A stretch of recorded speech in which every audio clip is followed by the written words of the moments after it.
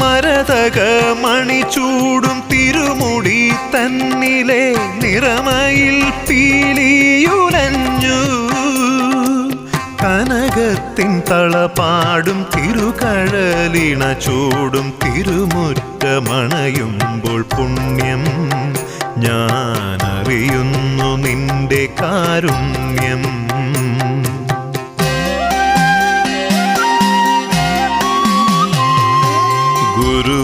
ഗുരുവായൂർനാഥന്റെ തിരുമുൻപിൽ ഞാൻ പരിഭവം പറയുവാൻ ചെന്നു.